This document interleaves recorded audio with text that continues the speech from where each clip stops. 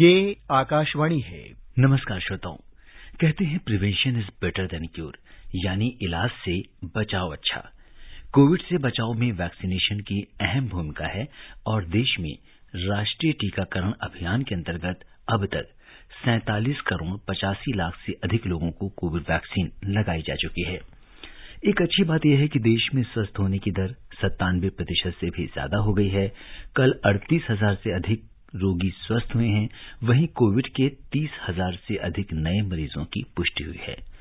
श्रोताओं, कोरोना के मामले कम जरूर हुए हैं, लेकिन खतरा अभी टला नहीं है। कोविड से संबंधित किसी भी जानकारी के लिए आप राष्ट्रीय हेल्पलाइन नंबर 1075 और 011-2397-8046 पर संपर्क कर सकते हैं। श्रोताओं, आज के इस विशेष फोन इन कार्यक्रम में हमारे साथ हैं अटल बिहारी वाजपेयी आयुर्विज्ञान संस्थान और डॉक्टर राम मनोहर लोहिया अस्पताल नई दिल्ली के मेडिसिन विभाग में consultant professor doctor A.K. Varshney. Doctor Varshney, नमस्कार। कार्यक्रम में आपका स्वागत है। जी नमस्कार, धन्यवाद। श्रोताओं, आप कोरोना से संबंधित सवाल डॉक्टर वार्ष्णेय से हमारे टोल फ्री नंबर 1800-115767 और 011-233-14444 पर पूछ सकते हैं। आप हमारे ट्विटर हैंडल @AIR News पर #AskAIR पर अपने सवाल पोस्ट भी कर सकते हैं। डॉक्टर वार्ष्णेय, जैसा कि कार्यक्रम का नाम है कोरोना की वर्तमान स्थिति पर चर्चा, आपसे जानना चाहेंगे कि इस समय जबकि कोरोना संक्रमण के मामलों में काफी कमी आ रही है, लेकिन खतरा अभी भी बरकरार है। आप इस मौजूदा स्थिति को किस तरीके से देखते हैं? देखिए, बिल्कुल आप ठीक कह रहे हैं कि कोरोना का संक्रमण तो गया नहीं है। हाँ, केसेज कम होने शुरू हो गए थे, लेकिन फिर से कुछ हिस्सों में फिर से केस बढ़ने शुरू हो गए और उसका वही कारण है कि लोगों ने ये मान के चले कि शायद ये बीमारी खत्म हो गई। और जो हम पिछले 1-1.5 साल से बात कर रहे हैं कि कोविड एप्रोप्रिएट बिहेवियर, जिसमें कि भाई मास्क लगाना है, सामाजिक दूरी रखनी है, हाथों की सफाई रखनी है, भीड़ भाड़ वाले इलाकों में नहीं जाना या भीड़ इकट्ठी नहीं करना, चाहे वो धार्मिक कारण हो, चाहे सामाजिक कारण हो, चाहे सांस्कृतिक कोई भी कारण हो। तो अगर ये सब हम नहीं करेंगे तो फिर से केस बढ़ने शुरू हो जाएंगे, क्योंकि वायरस तो देखिए अभी पूरी तरीके से गया नहीं है और इसके नए नए वेरिएंट भी आते रहे हैं और आते रहेंगे। तो ये सावधानी बहुत जरूरी है और वैक्सीनेशन का प्रोग्राम जैसे आपने कहा लगातार चल रहा है, परंतु उसमें अभी वक्त लगेगा, क्योंकि बहुत बड़ा देश है हमारा, तो उसमें थोड़ा वक्त लगेगा। इसलिए चाहे वैक्सीन वाले लोग भी, जिन्होंने वैक्सीन भी लगा ली है, उनको भी सावधानी रखना बहुत जरूरी जी। और डॉक्टर वार्ष्णेय, आपने वैक्सीन की बात करी है, तो आज भारतीय आयुर्विज्ञान परिषद यानी Indian council of medical research ने अपनी एक स्टडी पब्लिश की है, जिसके अनुसार स्वदेशी Covid vaccine Covaxin delta plus और B1617.3 जो वेरिएंट है, इससे निपटने में काफी कारगर सिद्ध हुई है। और इसके अलावा जो डेल्टा है और इसके दूसरे जो वेरिएंट्स हैं, उस पर भी पूरी तरह से प्रभावित है। और जो थर्ड फेज का जो क्लिनिकल ट्रायल हुआ है, इसके अनुसार कोवैक्सीन 65.5% तक सुरक्षित है। इस पर आप क्या कहेंगे? हाँ, ये देखिए बहुत ही खुशी की बात है कि जो भी उपलब्ध आंकड़े आए हैं, डाटा आए हैं, उसमें ये देखा गया कि ये जो वैक्सीन है वो जो डिफरेंट वेरिएंट आ रहे हैं उन पे भी प्रभावी है।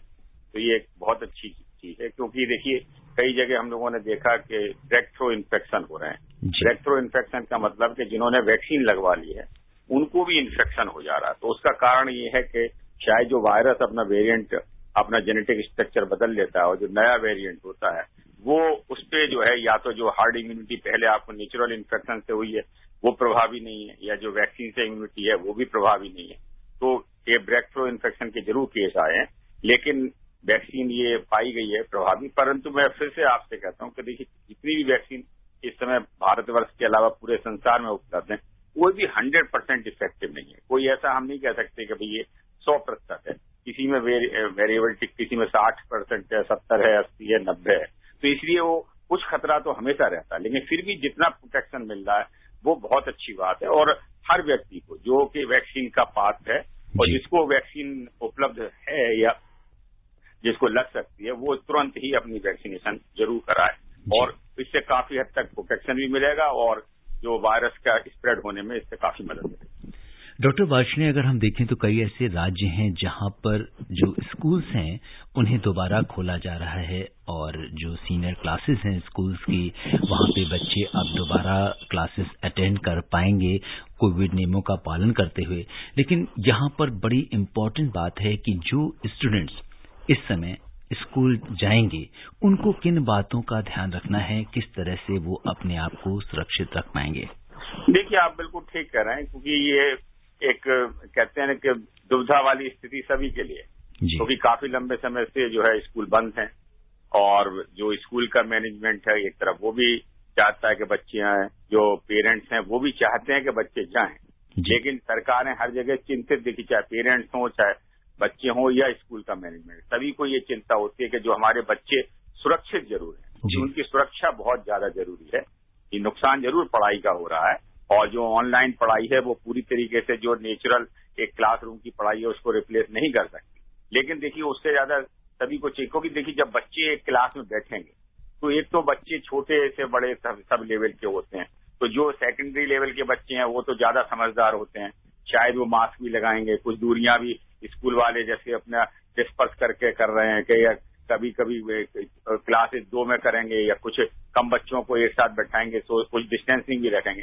लेकिन उसके बावजूद भी देखिए बच्चा जब स्कूल में इतनी देर रहता है तो वो पानी भी पिएगा, वहां पे अपना नाश्ता भी करेगा, तो मास्क भी उतारेगा, और अगर वहां पे किसी को भी इन्फेक्शन है तो वो इन्फेक्शन होने का डर रहता है। हालांकि स्कूल के मैनेजमेंट वगैरह जैसा हम सुनते हैं तो उन लोगों ने कहा कि भाई हमने अपने सारे टीचर्स को, जो भी स्टाफ है, सबको वैक्सीनेट कराया है जिससे कि उनके थ्रू मतलब इन्फेक्शन ना फैले, तो ये अच्छी बात है और इस पर लगातार चर्चा चल रही है।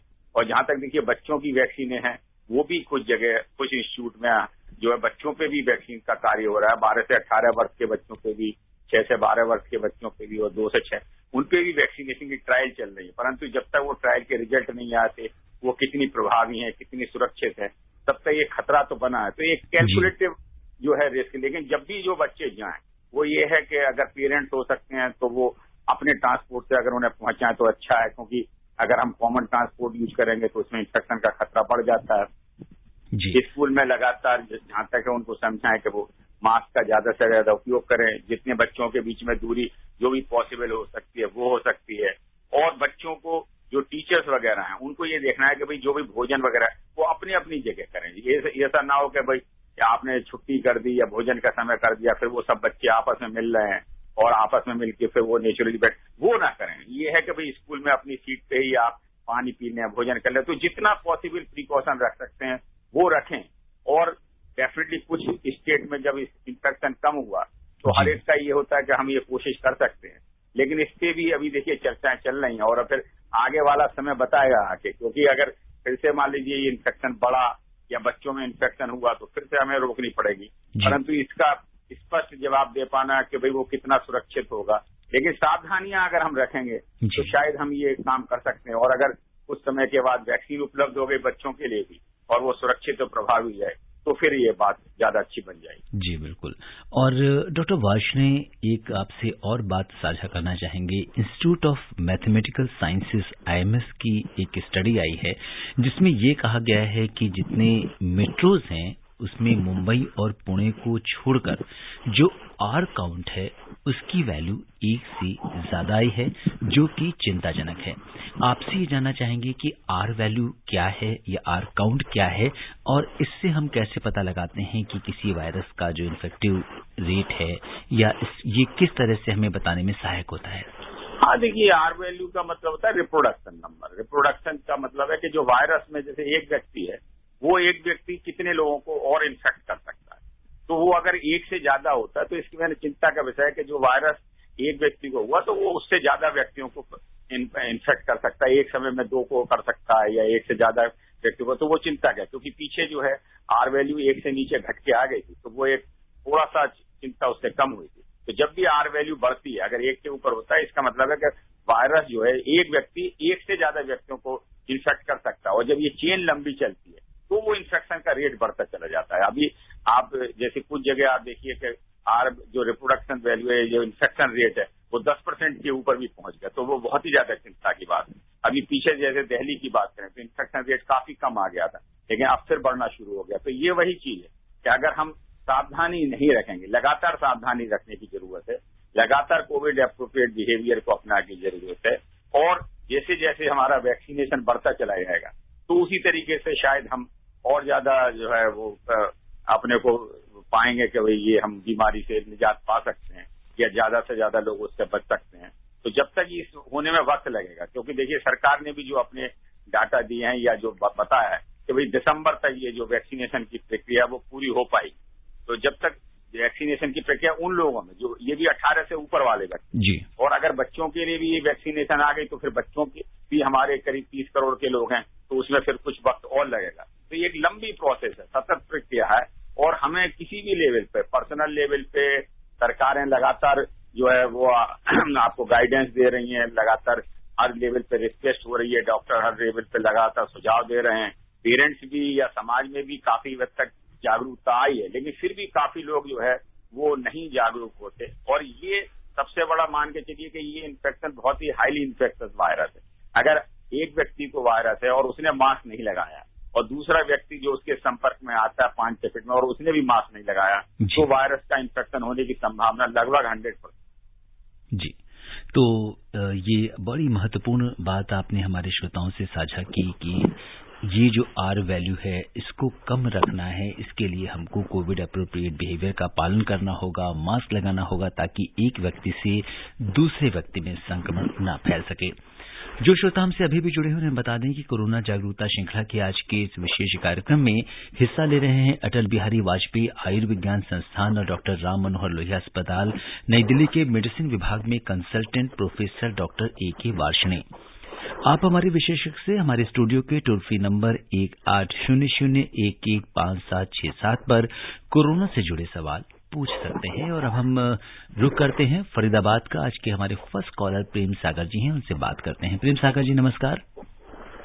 नमस्कार जी, स्वागत है आपका कार्यक्रम में, बताइए क्या जानना चाहते हैं। आकाशवाणी को नमस्कार है, डॉक्टर वार्ष्णेय जी को नमस्कार जी, और सिद्धार्थ जी को नमस्कार। जी बहुत बहुत नमस्कार, बताइए। सिद्धार्थ जी आप बात कर रहे थे जी, डॉक्टर साहब से पूछ रहे थे जो नई इन्वेस्टिगेशन आई है जी जी जी, उसके मुताबिक कोवैक्सीन सभी वेरिएंट्स पर इफेक्टिव है। जी जी प्रेम, मोर देन 60%।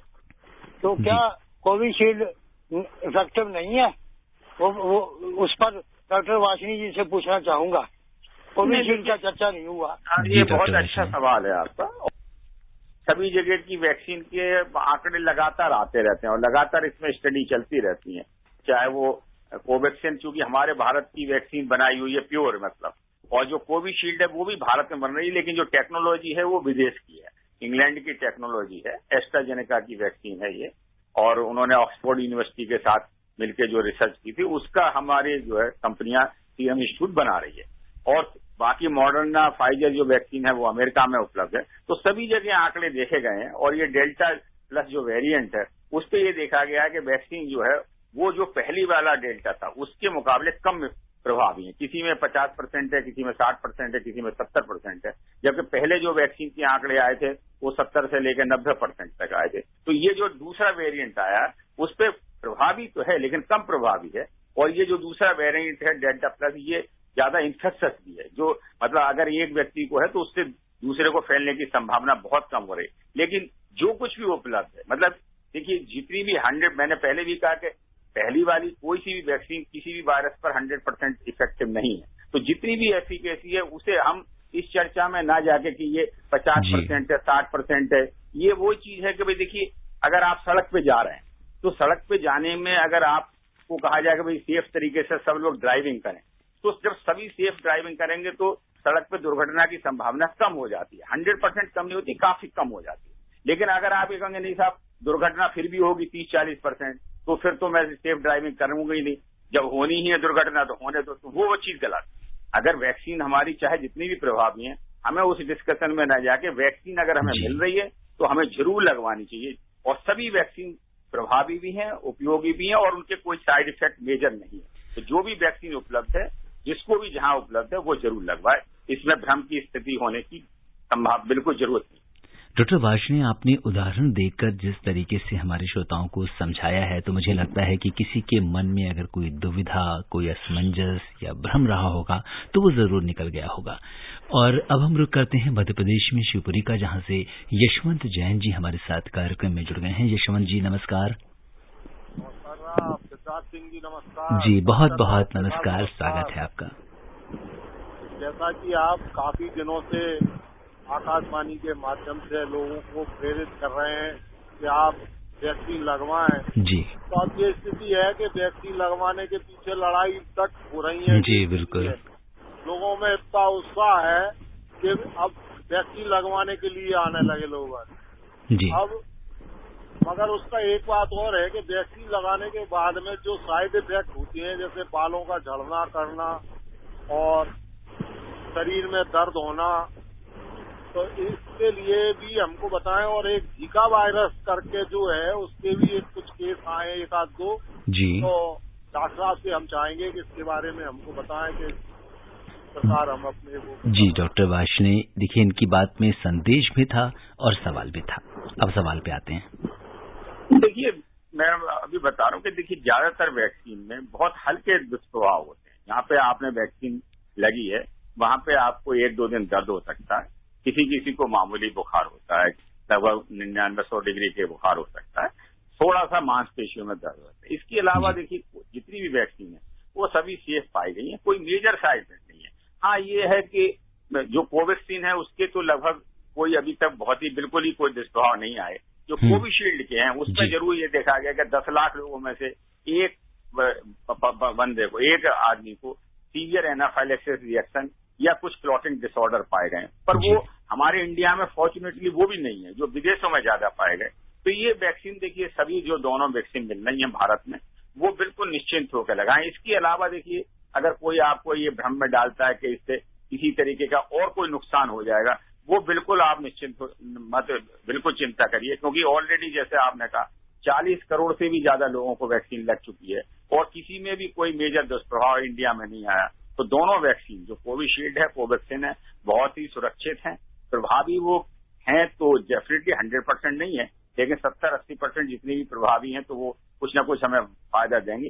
तो जब भी वैक्सीन लें सबको प्रेरित करें, अगर खुद आपका नंबर आ रहा है आप लगाएं। और सबसे ज्यादा तो देखिए हम तो यही कह सकते हैं कि हम लोग जो हेल्थ केयर वर्कर थे सबसे पहले हम लोगों ने वैक्सीन लगवाई।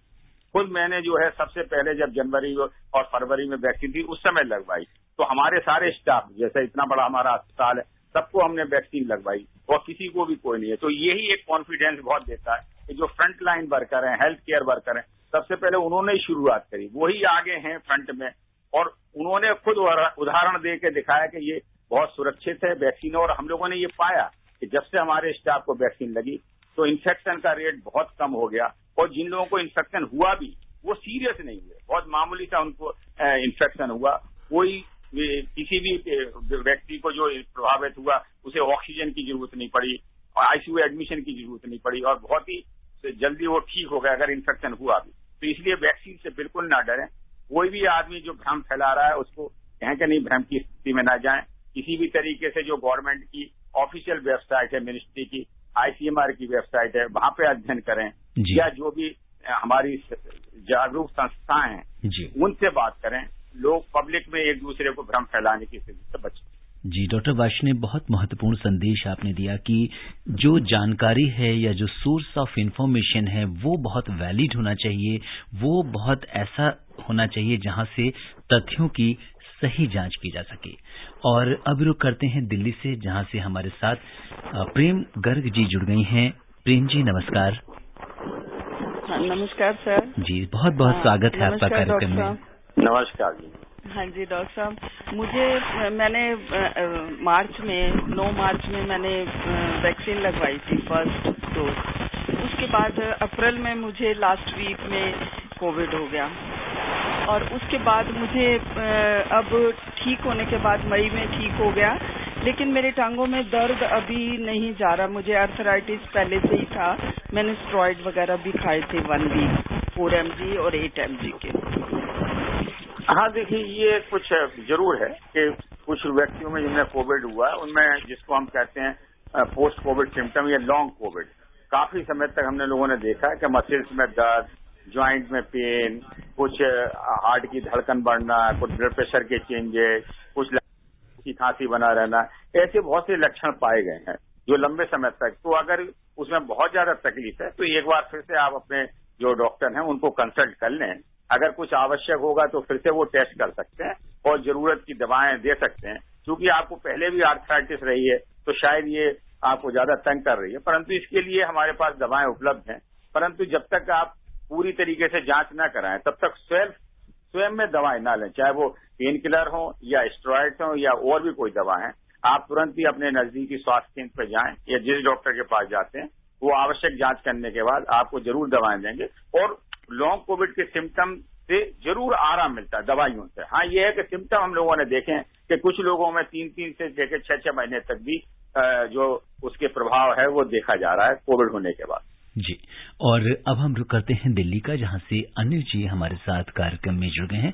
आइए जानते हैं अनिल जी का क्या सवाल है। अनिल जी नमस्कार। हाँ, नमस्ते सिद्धार्थ सर।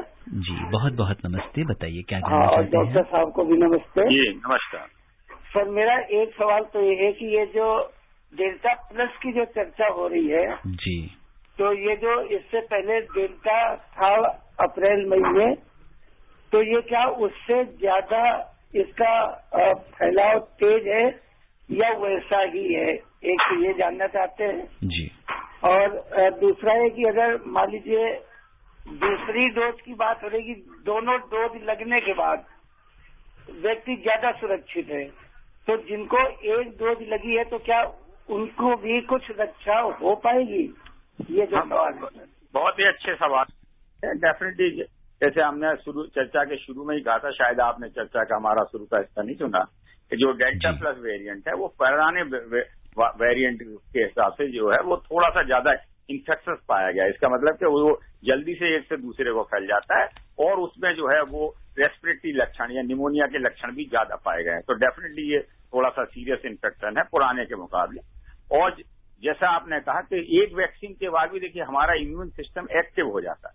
एक वैक्सीन भी जो है प्रभावी होगी, लेकिन पूरा प्रभाव लेने के लिए आपको दोनों डोज या जो शेड्यूल डोज है वो जरूरी जी। और अब हम रुक करते हैं सोनीपत का, जहां से राम अवतार पराशर जी कार्यक्रम से जुड़ गए हैं। हेलो राम जी, नमस्कार। राम अवतार जी, आपको आवाज सुनाई दे रही है? हाँ जी डॉक्टर जी, बहुत बहुत नमस्कार। डॉक्टर साहब नमस्कार जी नमस्कार। सिद्धार्थ जी आपको भी नमस्कार। जी नमस्कार, बताइए क्या जानना चाहते हैं आप? सर, मैं डॉक्टर साहब से क्वेश्चन पूछना चाह रहा था कि आजकल जो रूरल एरिया जी बच्चे जो जी इनको डायरिया वोमिटिंग ज्यादा केस आते, तो क्या ये भी लक्षण कोरोना हो सकते हैं? जी डॉक्टर वाशनी, डायरिया और वोमिटिंग। बिल्कुल आपने कहा, देखिए अभी जो डेल्टा आया इसमें ये देखा गया कि जो पुराने लक्षण थे वो तो हैं ही, जिसमें सूखी खांसी आना, गले में खराश होना, बुखार आना, मांसपेशियों में दर्द होना, सिर दर्द होना, लेकिन इसके अलावा कुछ लोगों में उल्टी और दस्त होना ये भी पाया गया है।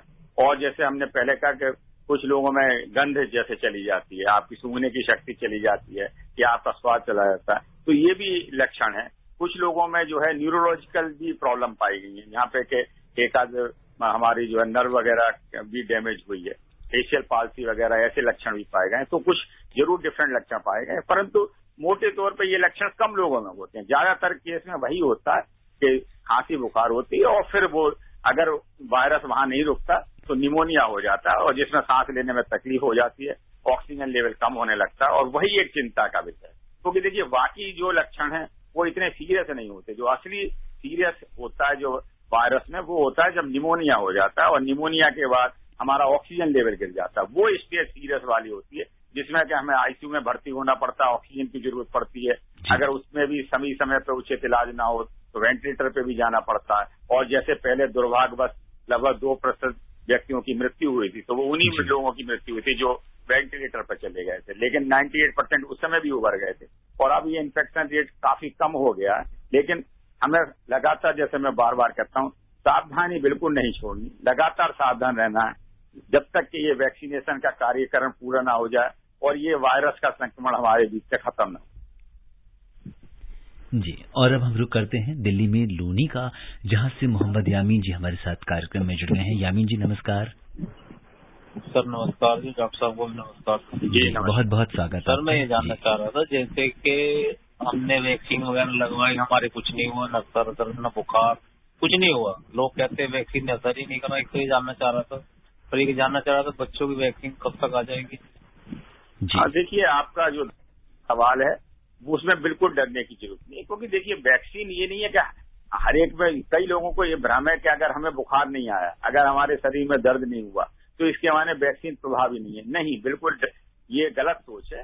वैक्सीन फिर भी प्रभावी होगी, बट ये जरूर है कि कुछ लोगों में हल्के से लक्षण होते हैं, लेकिन कुछ लोगों में बिल्कुल भी लक्षण नहीं आते, तो उसमें डरने की बात नहीं है, उसमें कोई संदेह मत करिए, वैक्सीन प्रभावी है। और जहां तक बच्चों की ट्रायल है, ये लगातार एम्स में भी ट्रायल चल रही है, कुछ और सेंटरों पर भी ट्रायल चल रही है, और जल्दी ही हमें सितंबर तक शायद इसके कुछ प्रारंभिक नतीजे मिलेंगे।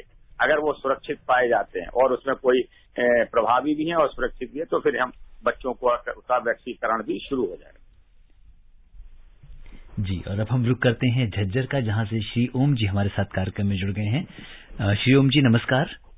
नमस्कार जी, सिद्धार्थ जी। जी, बहुत बहुत स्वागत आपका कार्यक्रम में। बताइए क्या जानना चाहते हैं? मैं देसवाल दुल्डा गाँव हरियाणा से बोल रहा था जी। जी बताइए। और नियमित श्रोता हूँ आपका, सभी प्रोग्राम मतलब जितने भी रोजाना सुनता हूँ जी, 1.5 साल से। बहुत अच्छी बात है जी। हाँ जी। और डॉक्टर साहब बहुत को नमस्कार मेरा। जी नमस्कार जी।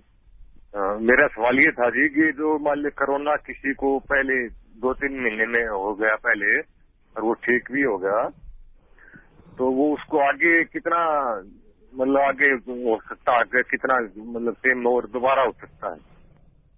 हाँ, देखिए ये आपका सवाल बहुत ही अच्छा है, क्योंकि इसमें देखिए लगातार अध्ययन चल रहे हैं कि जिनको कोरोना हो गया, तो जब कोरोना होता है तो उनको एंटीबॉडी हमारे शरीर में बनती है, और जब हम वैक्सीन करते हैं तो वो भी एंटीबॉडी बनाती है। जो इन्फेक्शन है उसको हम नेचुरल इम्यूनिटी बोलते हैं, जब वैक्सीन लगती है तो वो एंटीबॉडी, तो उसको हम आर्टिफिशियल एंटीबॉडी तैयार कर रहे हैं उसको। अब दोनों में ये है कि कितने समय तक ये एंटीबॉडी हमारे शरीर में रहेंगी। तो लगा कुछ लोगों में ये भी देखा है कि जिनको नेचुरल इन्फेक्शन हुआ 3 महीने के बाद उनकी एंटीबॉडी कम होनी शुरू हो गई, परंतु ये अभी कितना दिन तक रहेंगी, 3 महीने, 6 महीने या साल भर, ये बड़ा मुश्किल है। लगातार इस पर अध्ययन चल रहा है, और जो वैक्सीनेशन है उसकी भी एंटीबॉडी जो है वो 6 महीने रहेंगी या साल भर रहेंगी, परंतु ये देखा गया है कि कम से कम जो वैक्सीन के बाद एंटीबॉडी है वो 6 महीने से लेकर साल भर तक रहने की उम्मीद है।